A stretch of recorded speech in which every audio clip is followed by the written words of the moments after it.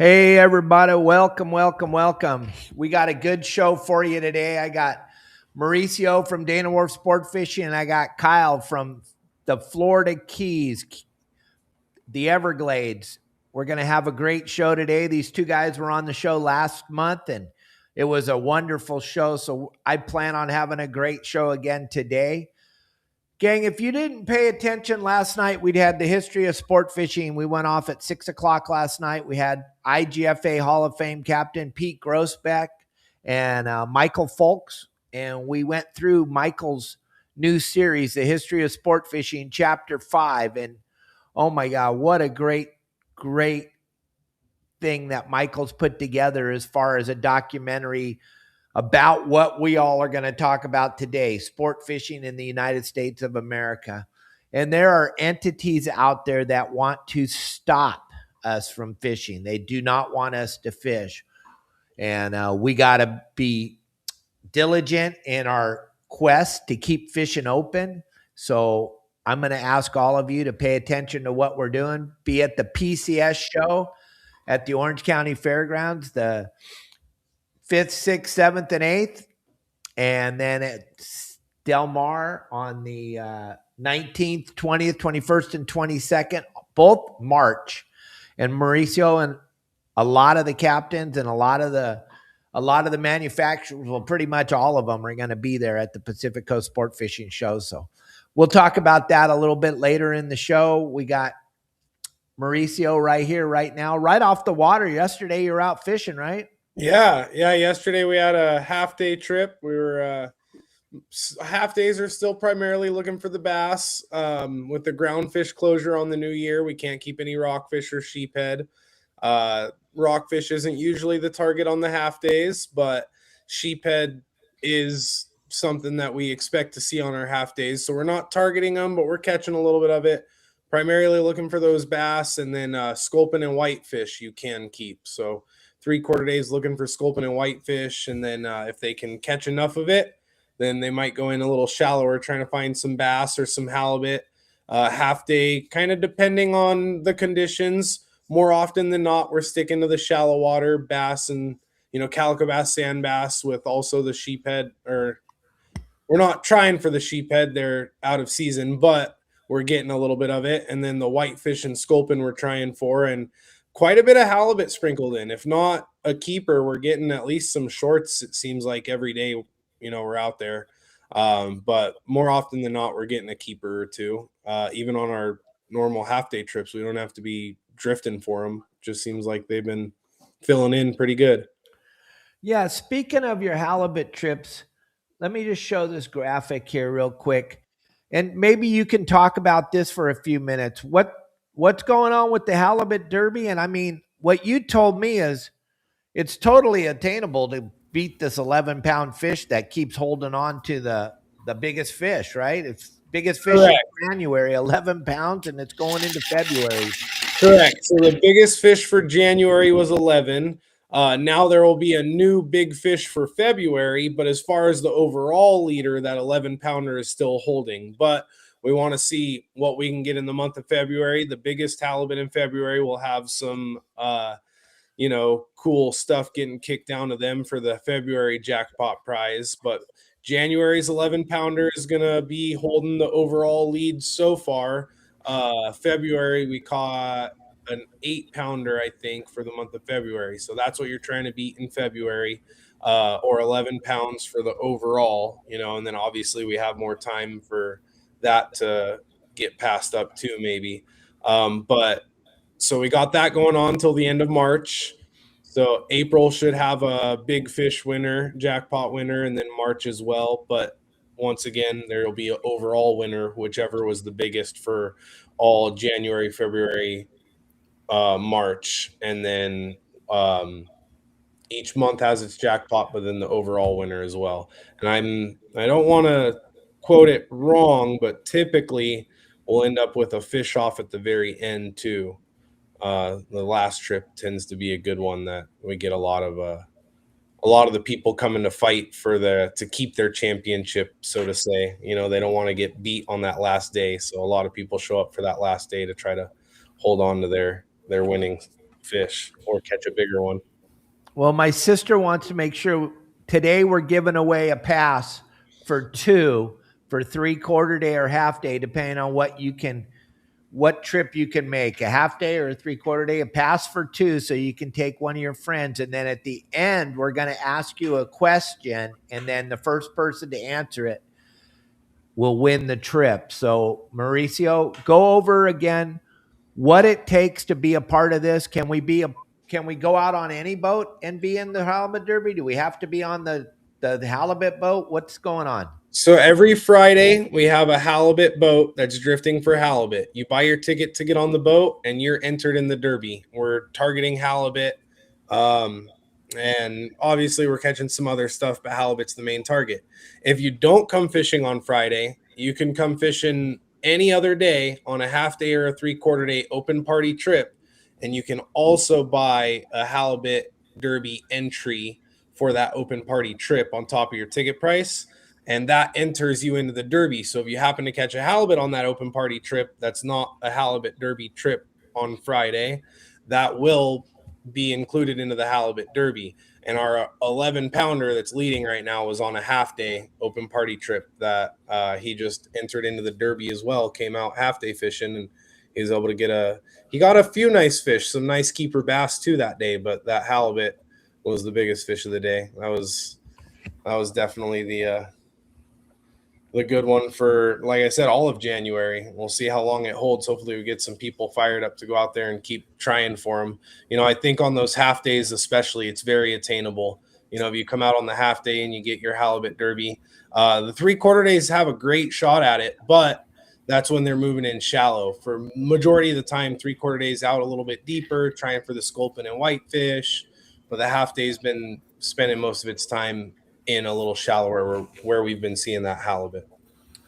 Well, that's good news that you guys have that going on, because man, you can't beat this weather you guys are having right now, right, Mauricio? And listen to this, Kyle. We have what you guys used to have. We have your weather here in Southern California. What is it today at your house in San Clemente? Oh, I'd have to double check. But it's got to be in the 80s by now, by noon. Right. No way. It's pretty, yeah. And it's with the little bit of Santa Ana we're getting, it depends on where you're at. If you drive down into a little bit of a valley, you'll feel the temp drop a bit. But yeah, if you're up in the sunlight, it's warming up quick.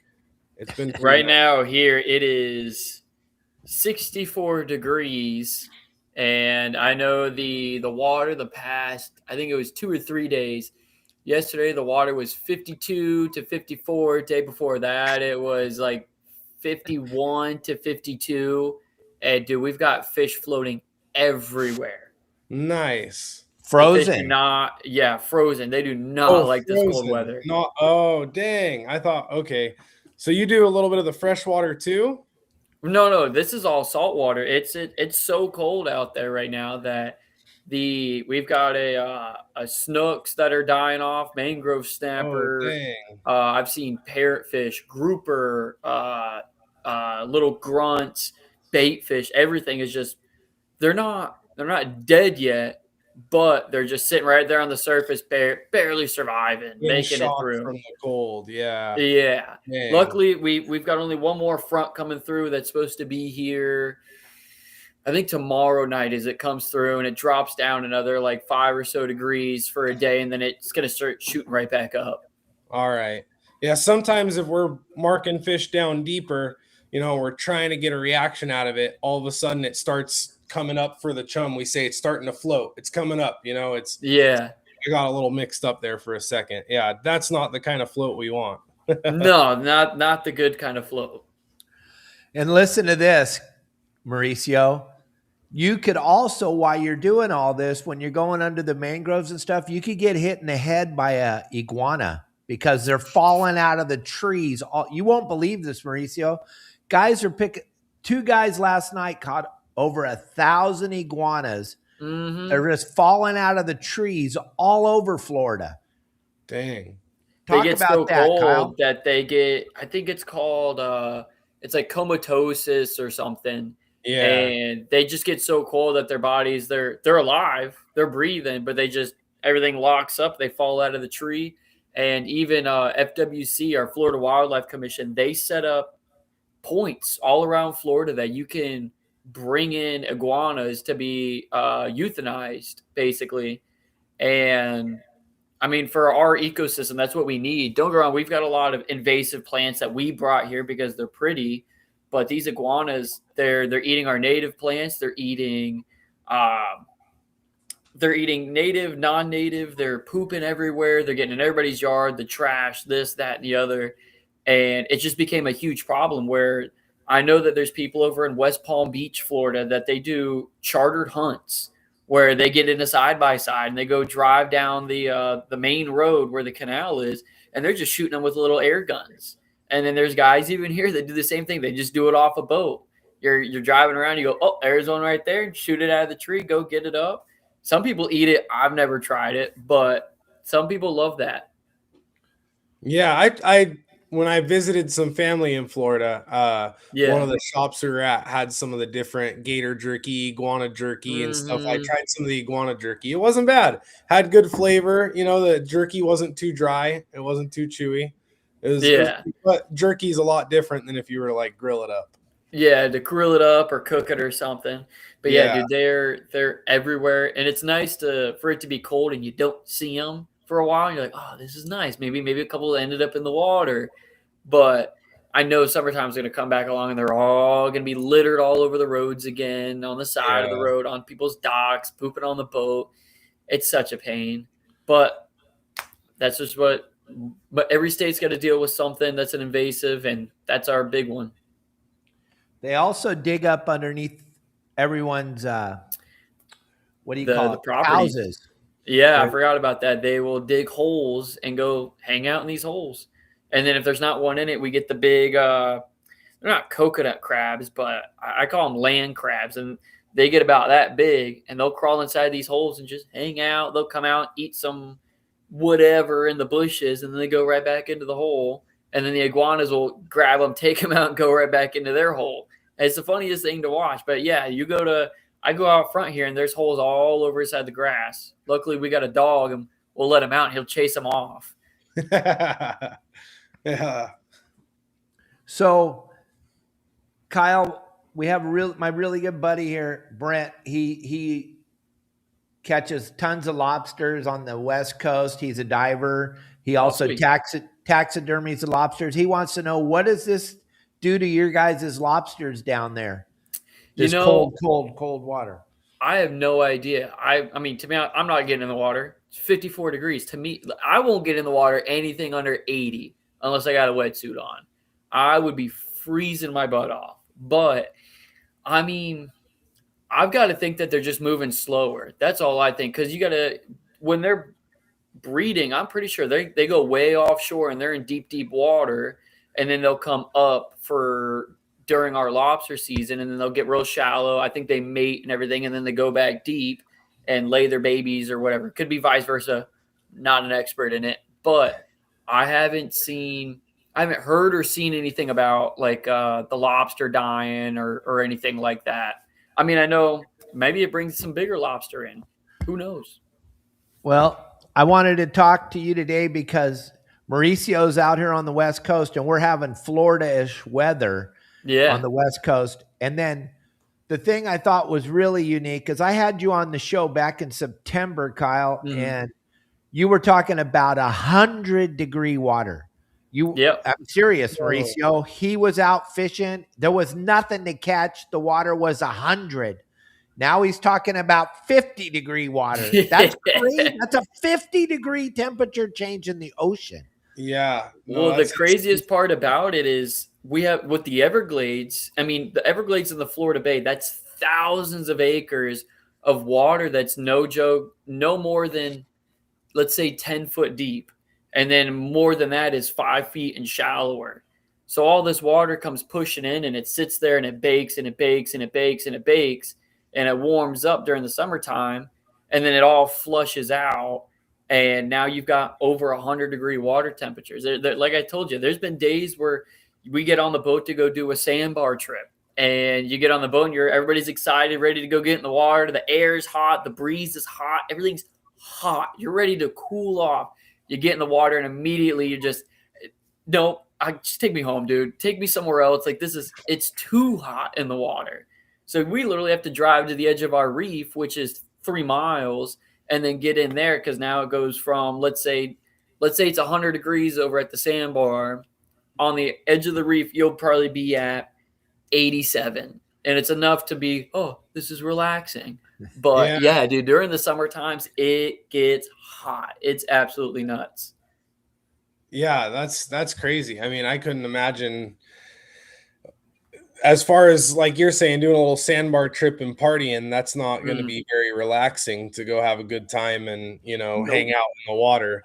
But as far as the fishing goes, I couldn't even imagine, a temperature change that drastic. Here, when we change 5 degrees, it's enough to put the fish in a shock for a little bit. You got to let them kind of acclimate, get used to it. And I'll try to tell people, like, imagine, anything that's not warm-blooded is controlled by the water temperature. Imagine if your body temperature just dropped 5-10 degrees overnight. You're not going to be doing too hot. The fact that they're still living, feeding, swimming around 50 degrees is crazy. I know it's not happening overnight, but that's crazy. No, yeah. And so it's like the way it happened is like I said, so I had a charter yesterday and I had a trip before that. And I mean, I know when it's hot, when the water is like 90 degrees, you can catch a snook, let's say. It's just going to be really hard because it's going to be something that they're going to get real low in the water column, try to be as cool and cold as possible. And so you got to fish deeper. We're like mangrove snapper. They're right up under the trees, right in the shady spot. So that way they can stay cooler. And then when it gets cold like this, everything's trying to be out in the open, shallow. In the mornings, they'll be deep to try to stay as warm as possible. Because even though it'll be, let's say the surface of the water is 54. Well, then you go 4 feet, 5 feet, 6 feet down. Now it's 53.7. That's enough to make them happy. And they'll go sit there, relax. And then as the afternoon comes up, the surface warms up. They get real shallow, hang out in the shallow. Same thing. Here comes sunset. Everything drops back down. They go right back to the deeper water. And that's what they'll just do that all day long for weeks on end until the water gets back up to at least, I would say 65. And then even in 65 degrees, they're there and they will eat, but they're not ready to just jump out and attack whatever you got sitting in front of them. They'll look at it. They'll sit there and they'll peck at it. I'm not that hungry. And then they'll just swim off.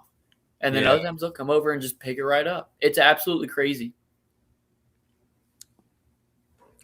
Well, gang, we can't do this show without great sponsors. And our sponsor for today's show, Wednesday, is Okuma Fishing Tackle. And they have a phenomenal deal going on. We're going to talk about some of the deals that they're going to have at the Pacific Coast Sport Fishing Festival at the Orange County Fairgrounds and in Del Mar in March. We'll talk about that in a minute, but I want you to see this cool video that Benji Kim made, and we'll check it out and see what it's all about, checking out the Kabbalah series of reels.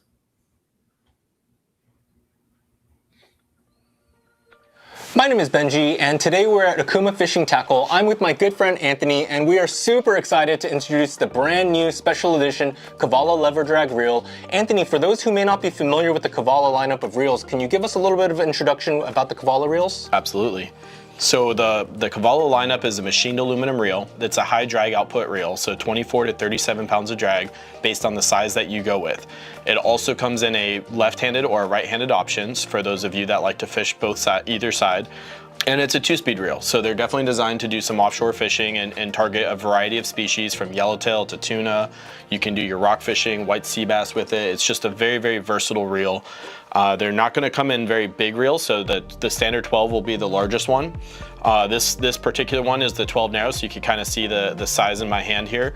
Very, very comfortable for your yo-yoing or dropper loop fishing. With the machined aluminum reel, you're going to have a very, very durable reel. We put on a corrosion protective coating on there to make it super durable. So if you're going out on a long range trip, anywhere from like a 5, 7, 10, 15 day, 16 day, whatever kind of trip you're on, they're designed to go out there and withstand the abuse of those trips. You still want to come home and do the maintenance on them. just like any other reel, but you know, while you're out there, they're designed to hold up really, really well. The big oversized 2-speed button is definitely a nice feature. It's easy to manipulate while you're out there fishing. So if you need to engage the 2-speed, clicks right in. If you want to disengage, you pop that lever and it pops right out. One of the cool features with these reels are going to be the articulated lever drag system. When you're ramping this up, you could kind of pick this up on the camera. You can hear each little click on there. Those clicks really let you fine tune where you set your drag. So for those of you guys that are doing some of the coastal stuff, maybe some white sea bass, and you're setting your rods in the rod holders, you can really ramp this up and make sure that you're at the same spot every time so that your drag's set perfectly. It's also gonna come with the clicker, so if you are doing some light bounce balling for halibut or even your white sea bass fishery, putting that clicker in, so if you decide to take a nap or you're zoning out, it really wakes you up. So Anthony, those are components that are part of the Kavala lineup under their umbrella. Now with the special edition Kavala, what are some components that are a little bit different from the original? Absolutely. So we're gonna introduce the new colorway. It's gonna be called the Midnight Blue. It's a little bit of a darker blue. It's really, really sleek looking. I think it's gonna pair up with a lot of different rod colorways, you know, so if guys are looking for something just a little different than that bright silver, this is a really, really cool option. And then we're introducing that carbon fiber ball handle on there. So for those of you that like that more round style knob, we're just putting that option out there. So very, very lightweight, very comfortable, very smooth. It fits in the palm of your hand and it's very easy when you're turning that handle. So whatever your preference is, we have the standard egg shape on the Kavala standard, which will be differentiated by the silver. And then on the blue one, that'll come with the carbon fiber handle. And then also there is a jigging option and the handle's a little bit different on that one? Yes, absolutely. So the standard jigging and on the new Midnight Blue, that's gonna come with the oversized power T handle. So it's designed for jigging. It's gonna be in a single speed reel, slightly higher gear ratio, and you're gonna have that one for slow pitching. You're gonna have that one for your daytime smaller grade bluefin when they're eating like the smaller profile jigs, and even yellowtail. So definitely a wide variety of uses for that jigging reel, but it will have the oversized power handle on there. Awesome. So the Kavala reel has 2-speed and single-speed options. What species would you say is ideal for targeting for these reels? So based on the size, we have a multitude of sizes, so you can really fine tune that to the species you want to fish. It's all about line capacity. So I would be very, very comfortable selling a Kavala for anything from rockfish all the way up to mid-grade tuna. Mid-grade being what we're referring to as about 100-pound tuna. Definitely can take larger fish. It's going to depend on the angler skill, but I would be very comfortable selling like a standard 12 to go target 100-pound tuna. Awesome. Brand new special edition Kavala lever drag reels coming very soon. To find out more, check out okumafishingusa.com. And I put the QR code up on the bottom of the screen, gang, right above Kyle's face. Just for a minute, you can check out the QR code. But just to give you some type of an idea, and I got a laundry list of deals that are going to be happening at the Pacific Coast Sport Fishing Show. But the one that caught my eye, and this one's going to sell out fast. So I would definitely suggest being there on Thursday, the day the show opens, March 5th, Thursday. Listen to this. Now, I'm going to go over there and get 3 or 4 of these because that's the only rod I use. It's the 9-foot PCH rod. Now, to think these rods are coming back out and they're going to be selling them, you get a 9-foot PCH rod, okay? They're a heavy jig rod. They're great for fishing jigs. I use them in the mangroves for fishing snook.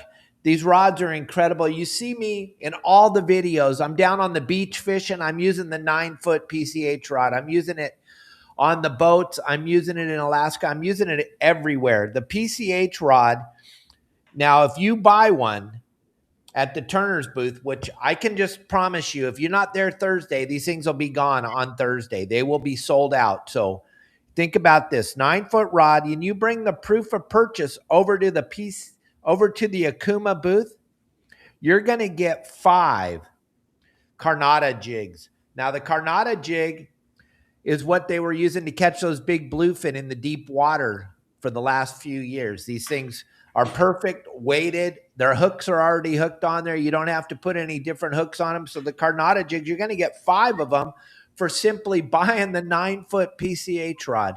I'll tell you what, that 9-foot rod's going to change your ability to cast. Not that I need to change my ability to cast, but those of you that are just learning how to cast, the 9-foot rod makes it so easy to cast. So just think about that. We have a ton of other deals.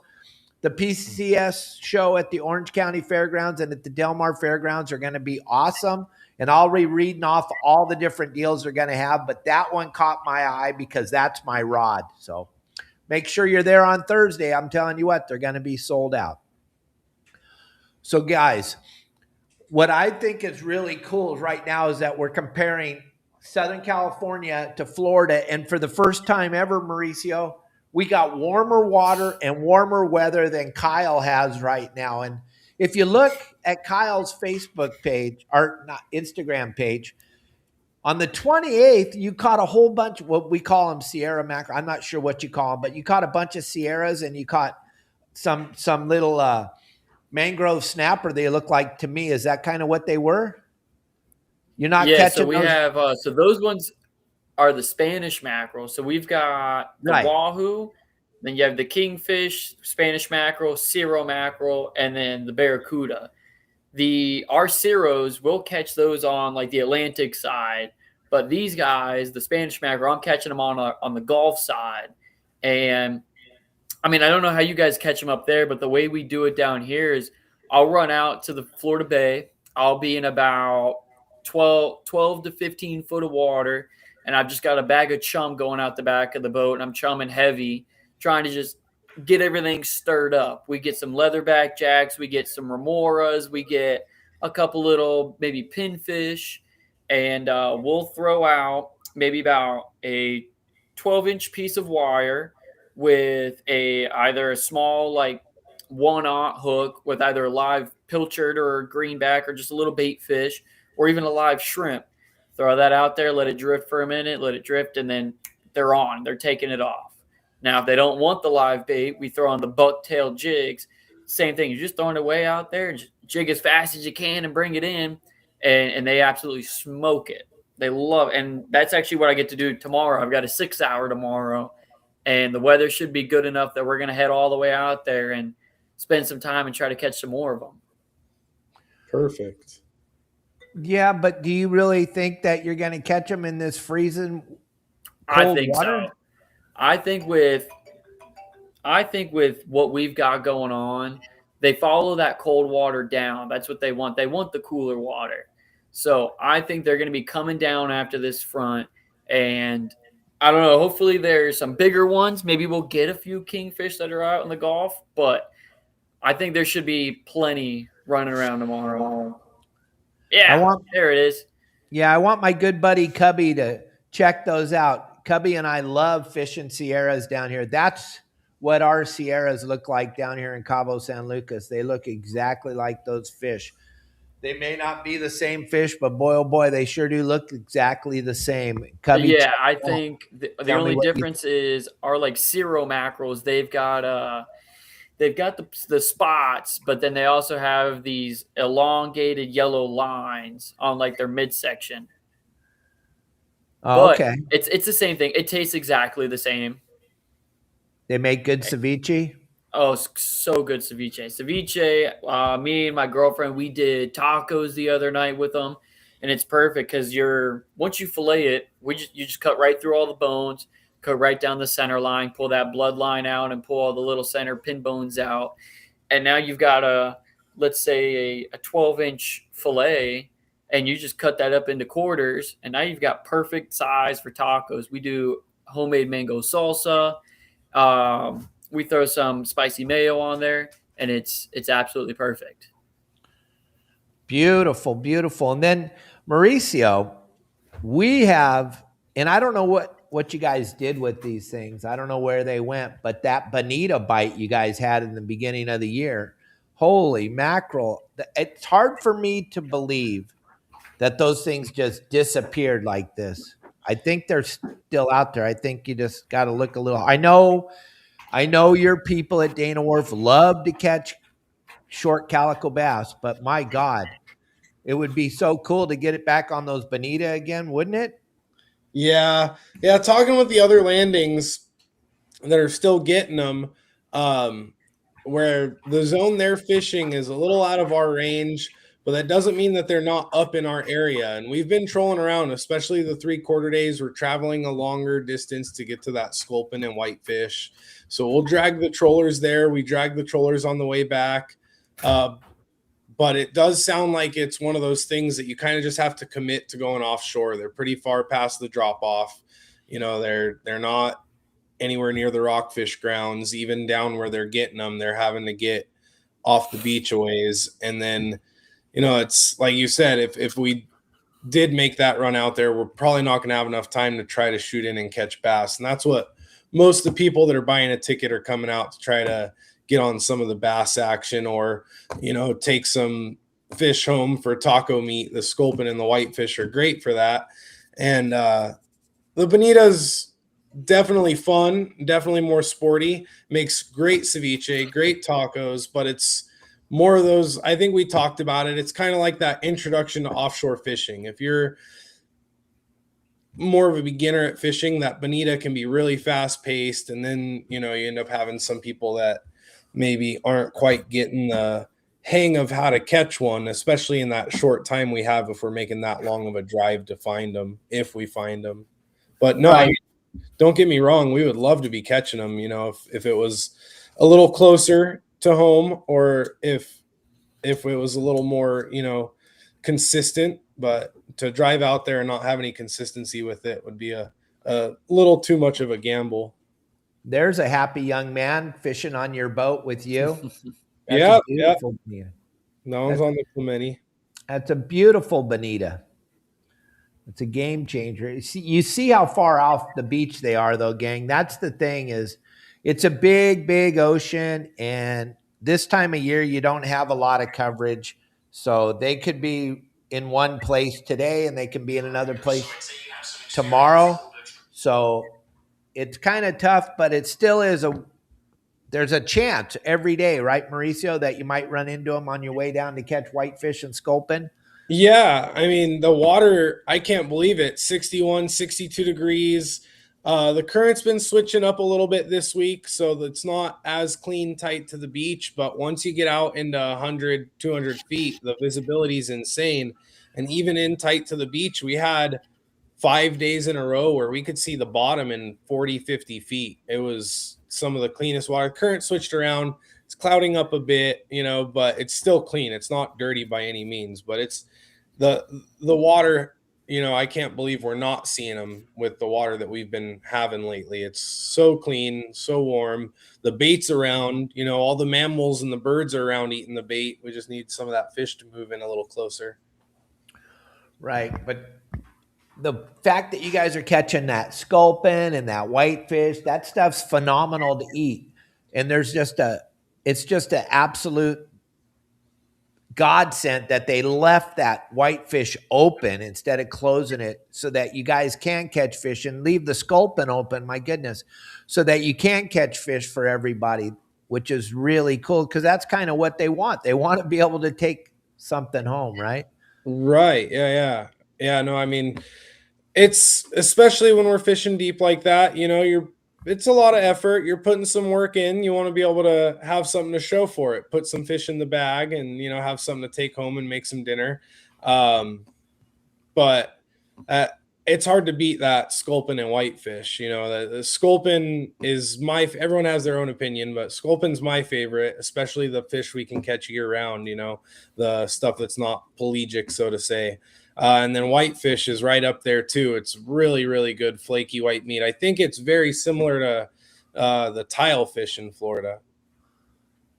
Do you catch tile fish, Kyle, or are they too deep? I've got a buddy that he catches a lot of them, so I'll go out with him on his boat. I love tile fish, dude. It's the same thing. Like I don't even know what to compare it to, other than it is just a white flaky fish. And the last time I had it, we bacon wrapped it, and oh wow, I'm ready to go catch some more, man. Yeah, I think as far as our whitefish, it's got to be that like flakiest, like it's got the most flake, delicate, you know, it cooks up really well. I like doing it kind of, because it's so flaky, I like to do more of like the battered, fish and chips or tacos with it, helps hold it together. The bacon wrap too, that would be insane. That would be good. Yeah, you just take we took our bacon, we basically kind of like pre-cooked it, not 100%, and then you wrap it around, throw like 1 or 2 skewers in it so that way it doesn't expand and fall apart. And you'll cook one side, let it get a quarter of the way through, flip it over, other side. I can't even talk about it because I'm already starving and I'm ready for dinner to come around. Yeah, you're a couple hours ahead of us in time. What's it about? Almost 4 o'clock there? Yeah, it's 3:36 right now. Yeah, so you're getting ready for dinner. How deep are those tile fish? Over here, I think they're catching them. Don't quote me on it, but I think you're going like around 600 feet, maybe even deeper than that. I know that when they're catching them, they're mainly using electric reels. There's no point of reeling something in that deep, so they'll drop them straight down to the bottom and then they just flick a switch and let it bring itself up. Mauricio, when you're fishing rock cod out on the 14, how deep are you fishing? The 14's the deeper stuff, anywhere from 600 to 800. If we have a group of guys that have their electric reels, we might even try pushing a little deeper than 800. But if you're not, like Kyle's saying, if you don't have an electric reel, 800 feet is a long way. So, 4 to 6, 4 to 7. Sometimes we scoot out a little deeper. If we have a good amount of guys that brought some electric reels, we might even try deeper than 800. That's mind-boggling, right, Kyle? You're not. Oh yeah, that's nuts. I mean, what I think is crazy is down here, every charter boat that I'm been on, or even head boats, the big boats, they all have their own set of rods and reels. So you come on, you don't need anything at all. Where I've seen a lot of the big head boats in California, you bring your gear. I mean, if you don't have it, they've got something you can use, but you bring your own gear. And then you go they'll bring you down to the spot and you got to catch the fish. Yeah, that does play a big part of like what we decide to do for the day, depending on what gear the people bring. Even if your game plan was to do something totally different, they brought gear. They don't necessarily want to have to go rent gear, because what they have isn't necessarily appropriate. So sometimes I'll have to gauge what the passengers look like they're ready for. If no one's ready to go that deep, I'm not going to force them all to go get the tackle to go that deep. Okay, we'll make it happen a little shallower. And leading up to what I was going to say, when he brought up fishing the 14, we're not always fishing that deep. And there are different times of the year where there's different depth restrictions. Sometimes we have to be deeper than 300 feet. Sometimes we have to be shallower than 300 feet. Sometimes you're allowed to fish any depth, doesn't matter. But because we're fishing that 14 now, we're not fishing that shallower water as much. Seems like that shallow water, when we are fishing it, is biting so much better too. Like, it doesn't matter. You can't go wrong either way. A lot of our passengers like that deep water fishing. The quality, the average is probably a little bit better, fishing deeper, and it's different species out deeper. But the species we catch, the quality and quantity in shallower has been getting better and better every year. I think it's because we're giving them a little bit of a rest. We're spending half our time fishing even deeper than we're used to. So that shallower stuff's just getting better and better too. So you guys have restrictions on like how deep you can fish at certain times of year? Correct. Yeah. Oh my gosh, dude. No, you out here, you can go wherever the hell you want. You can go fish off the beach. You can go fish off the edge of the reef in 30, 40 feet. And then from 40 feet all the way to 1,200, you can go anywhere. Go fish. That's all they care about. That's absolutely nuts. Yeah. I mean, we hammered it hard, all the sport boats and everything. There's stories where people are using 20 hook ganyons, catching 10, 20 fish of those rockfish at a time back in the day. It wasn't till 2000, I believe, that they decided, all right, you're only allowed to use 2 hooks. We got to really conserve the species. You guys have been putting a hurting on them for a long time. And it's just getting better and better since then. So obviously, whatever they're doing, a lot of fishermen like to say, oh, they're just trying to take stuff away. But it's helping. Hopefully as it gets better and we're noticing the fish are making a comeback, they will start to give us a little more to keep into areas to fish. But I'm noticing it make a positive change there. It does for sure seem like there's more fish, and because of that, it's given those fish a chance to get a little bigger, a lot more variety. So it's doing what it's supposed to. I mean, it's the So same let's thing switch gears. for kind of down here with like hogfish. I remember growing up, hogfish had to be. I don't even think they had a size when I was growing up. And then at one point it hit 18 inches, it hit 15 inches, and now it's 18 inches. And people are complaining of, oh, well, they're not letting us keep the fish. And it's like, well, no, when Miami is an hour drive away and there's thousands of people there that want to go fish and they know they can come here and do it, they keep out everything. And so you get overfished, and now you have to change it up a little bit and make it to where the fish can survive longer, Yeah, make a little comeback. Yeah. And those hogfish are exactly what a sheephead is here on the West Coast. We got a different sheephead than you guys have. Oh yeah. They're wrasse, just like your hogfish. Your hogfish is like a painted sheephead that we have out here. They're all psychedelic colors. But that's so our cool. sheephead are big red and white and black. The males are red, white, and black. The females are a pink color. But if you put those two fish side by side, the hogfish and the sheephead, they're the same exact fish, just different water and different color. But they're a wrasse. That's so cool. We have a bunch of restrictions on those now too. Like Mauricio was saying earlier, we can't catch them right. We can catch them right now, but we can't keep them right now. And then when there's a size limit on them, and all that's new too. But I wanted to change it up. Do you guys? Well, Mauricio does, but do you fish lobster in Florida, Kyle? Yeah, so I do it recreationally. All of my lobster stuff, I haven't gotten the traps yet. So I think down here, a recreational guy can get 5 traps, register it through our Wildlife Commission Center, and then you've got your couple of months that you're able to throw out. But me, I do a lot of scuba diving and snorkeling for them, anywhere from 25 feet to 5 feet of water. Like I've got a spot where it's just a grass ledge that's in 8 feet of water, no tank at all, and I'll dive down, push them out of the hole, put them in the net, bring them up to the surface, throw it in the boat. And I'll just do that until we get I think it's a 6 per person limit. And then we've got our mini season, which is the last Wednesday, Thursday of July.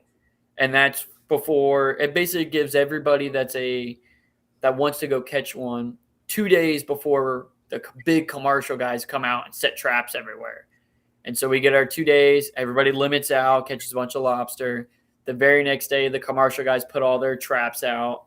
And then regular season opens August 6th. And that's when everybody gets back in the water. And you've got, I would say, 2-3 months of still catching really good lobster. And then after that, it just slowly decreases from all the commercial guys. Okay, and then Mauricio, talk about your lobster fishery. And you guys are still running lobster trips all the way through February. Yeah, right? No, definitely. We haven't been doing as many the last couple weeks. I know we got the full moon coming up. Sometimes people say it's not as good to go on the full moon, but we're coming off of it now. So in the next few days, maybe next weekend, looks like it'd be a good time to get out there. We've had a little more swell rolling through. That's another thing that a lot of people say, you want a little more water movement, stirring stuff up for them, especially in traps. I know if you're trying to dive for them, maybe you don't want as much swell, but when we're trying to get them in the hoops, having a little bit of swell, stirring stuff up helps. They don't want the light during the day, and it's been such amazing weather, no cloud coverage or anything, that full moon's just bright, so this last week haven't had much word of it. No one's really been going out, but it's looking up. We're getting that swell moving in. We're coming off the full moon, so the moon's getting smaller and smaller every night.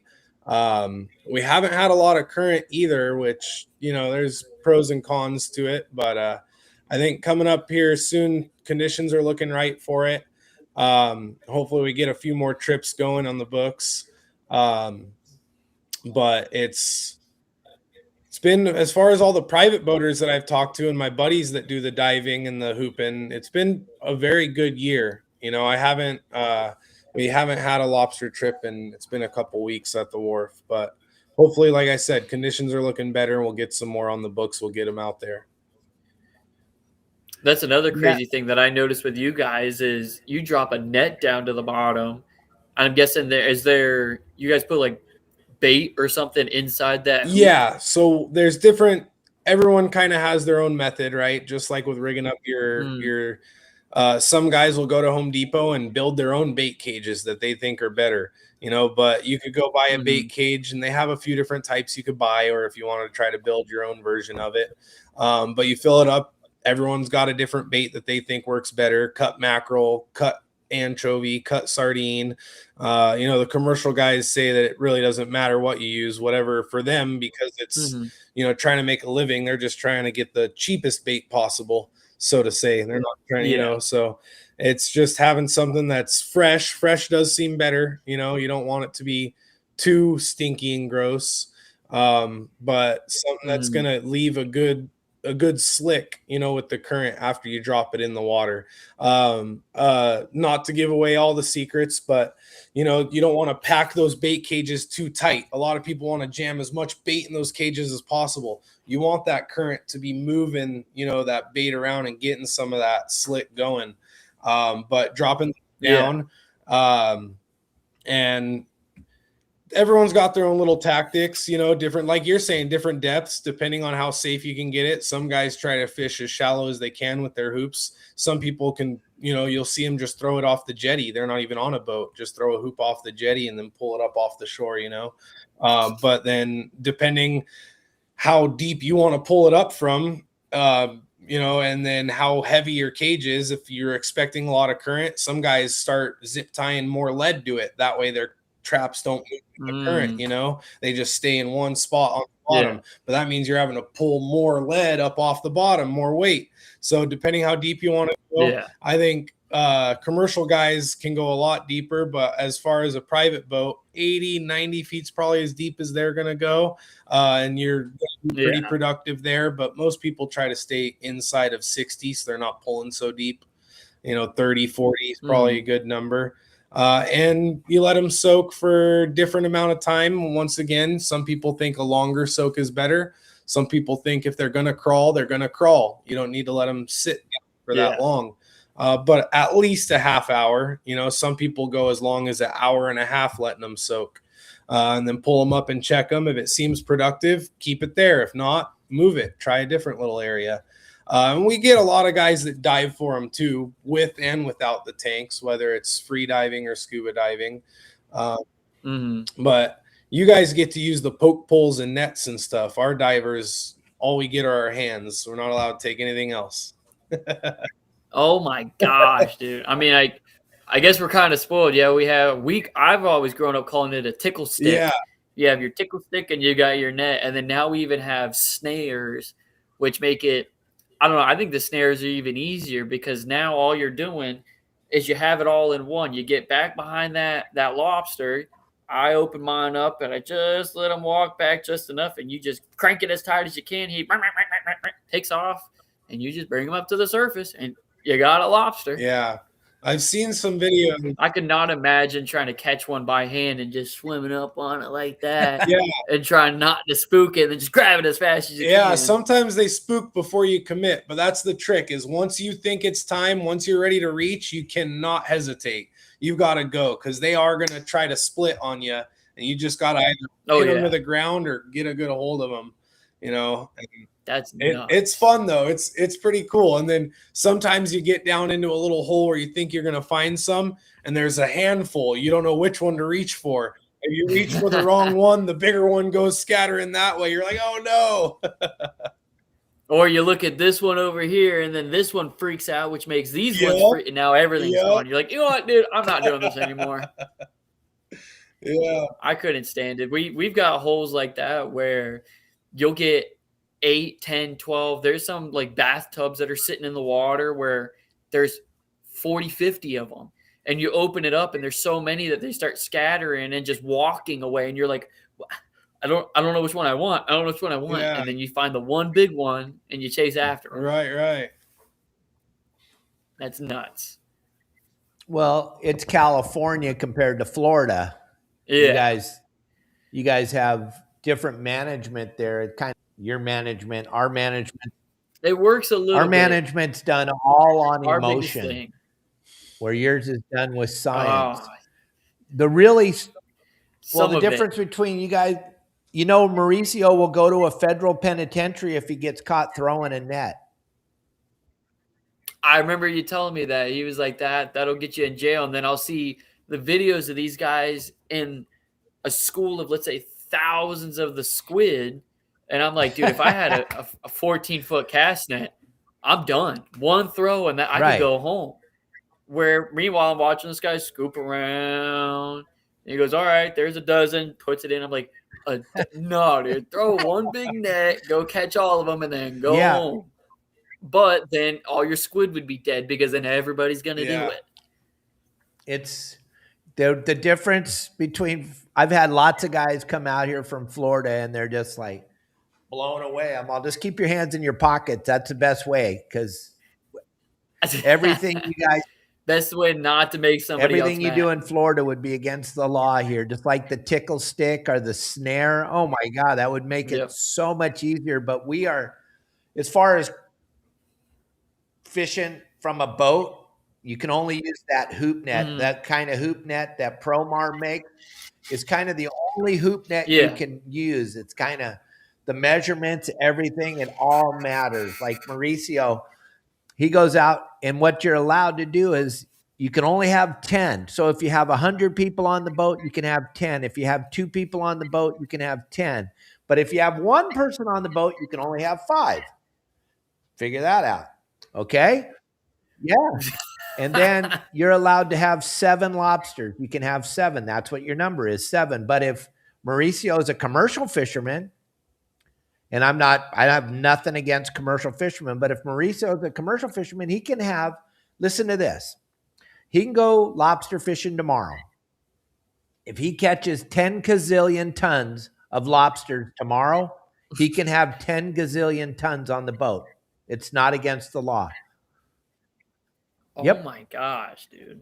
See, that's the biggest thing that I've always it didn't make sense to me is, don't get me wrong. I know they're saying that there's people that are in the commercial industry and they've got to make their money, but it's like, why? I just saw a video yesterday of these dragnet boats and then all the stuff that they're screwing up on the bottom, and then they catch all this bycatch and they go, can't do anything with it, and then just let it die. And I'm like, meanwhile, if I would have done that, I would have gotten a ticket. I would have been thrown in jail. Nothing makes sense. It's just crazy what a commercial guy can do versus a recreational guy. Yeah. It's absolutely incredible. Like, Kyle, you go out tomorrow. Mauricio and I, it's not a bad thing. It's a good thing that we have a bait company that supplies us with the live bait. So we pull up to the bait barge. Kyle, our Mauricio, he can take 10 scoops of the most bitchinest sardines. That's going to be like 1,000, 2,000 fish, and pull up to the bait barge and give X amount of money. And that's how he does. You, on the other hand, you can get up in the morning and at your dock when you're getting ready, if there's a bunch of pilchers or whatever the heck they are, you can just throw your throw net in the water and catch your bait. Mauricio and I, we can't do that. So one side, it's phenomenal to pull up to the bait barge and trade money for bait. That's a phenomenal experience. Yeah. But on the other side, if Mauricio comes down onto the Clemente tomorrow morning and there's 1,000 million trillion anchovies at the dock, he can't throw a throw net. Even if he doesn't throw it, if he got caught with the throw net on the boat, that's bad. Because we can't even possess a throw net in California, or cast net, or whatever you want to call it. That's crazy, dude.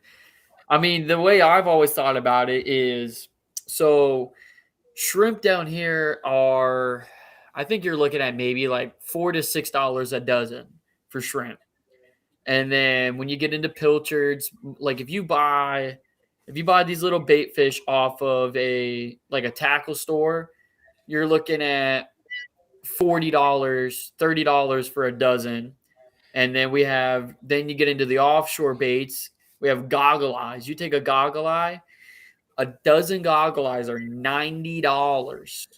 But we're using them to go catch sailfish. And it's like, if you want to go catch them yourself, now you got to go out there at night when there's no moon, it's pitch black, and you got to use a sabiki rig. Nobody wants to do that.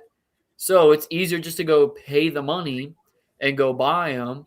Where me, when I'm catching pilchards, I don't want to spend $20 on a dozen fish, where I can go sit out there with a $4 block of chum and go catch 100 and then go, all right, that's good for the day, and leave.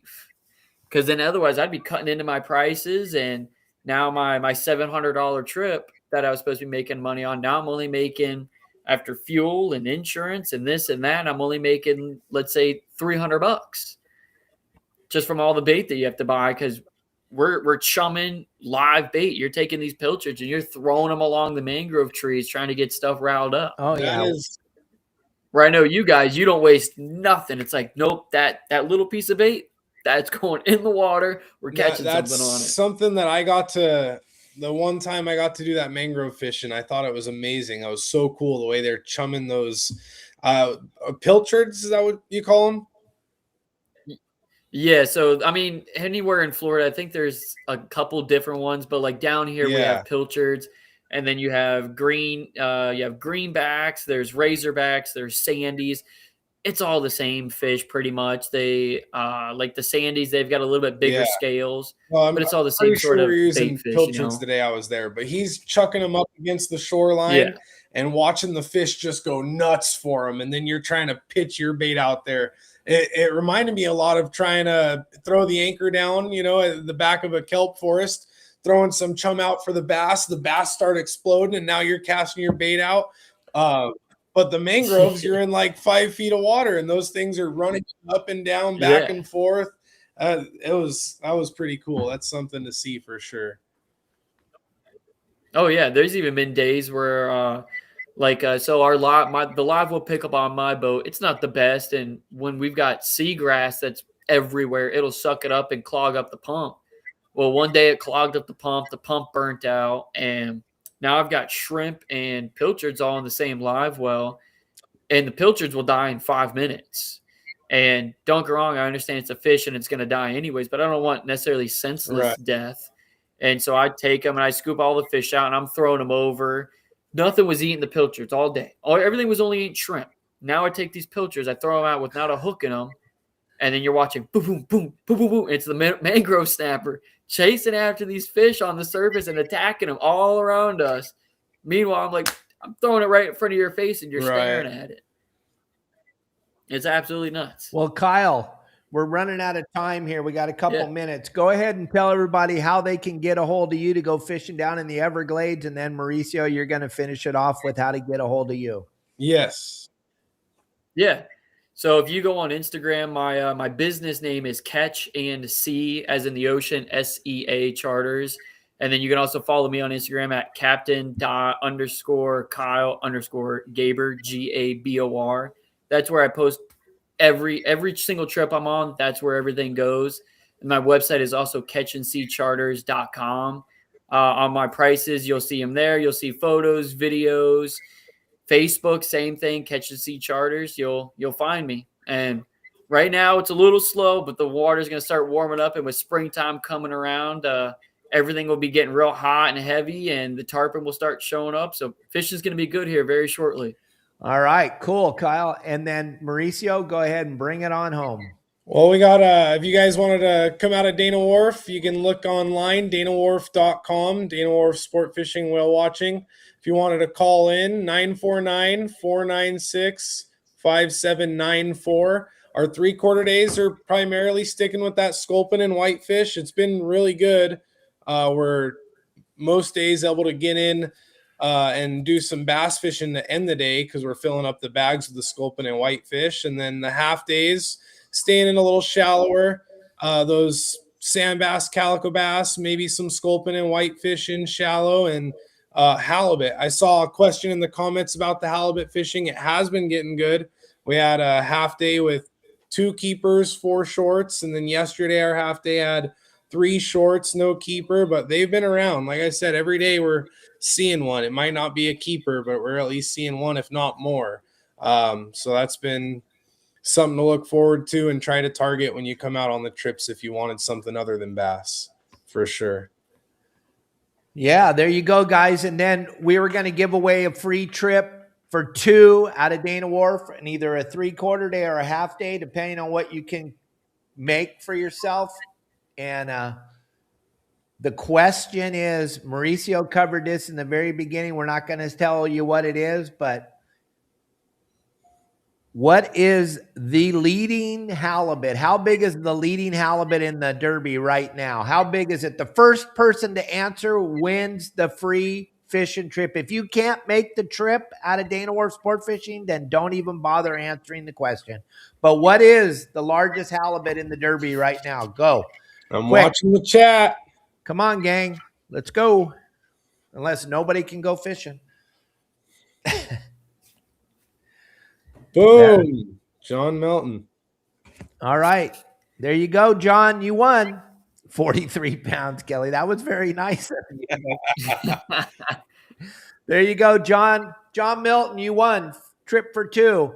Just give me a call at 949-374-0786, and we'll get you out there in Dana Wharf Sport Fishing. It was a pleasure having both of you, and I would love to have both of you back in the month of March, in between the shows, in between the PCS show in Del Mar and the PCS show in Orange County. Can I invite you both back? Definitely. Yes. Absolutely. All right, guys. Thank you very much. Everybody really enjoyed having you. We had a great audience. So thank you. Thank you, everybody. Thank you. Thank you. Thank you. We'll see you. Tomorrow starts with Tiffany Vague and Dave Bacon. We're doing the rod wrapping show tomorrow. And then tomorrow night, Friday night, Saturday night, Sunday night, Justin Bottrell live hoop netting every single night. And then he's going to take Monday off, and then he's back out again Tuesday. So he's got 5 trips in 6 days. You guys have to check out those live lobster trips. I know it's up way past your bedtime, Kyle, but out here on the West Coast, we go off at about 6 o'clock, 6:15. You guys can watch, see what it's all about. It's pretty spectacular, especially if you charter the boat and watching the live fishing trip. It goes on for 3 or 4 hours. Then you don't have to tell your family what you did. They actually watch what you do. People are saying hi to their loved ones while they're out on the boat. It's pretty spectacular. Nobody else is doing it, just us. So live hoop net trips tomorrow night, starting about 6:15. I'll see you guys all tomorrow at 12 o'clock with Tiffany Vague and David Bacon. Have a great day. Turn off the news. They're all lying. This is the only place to get the truth.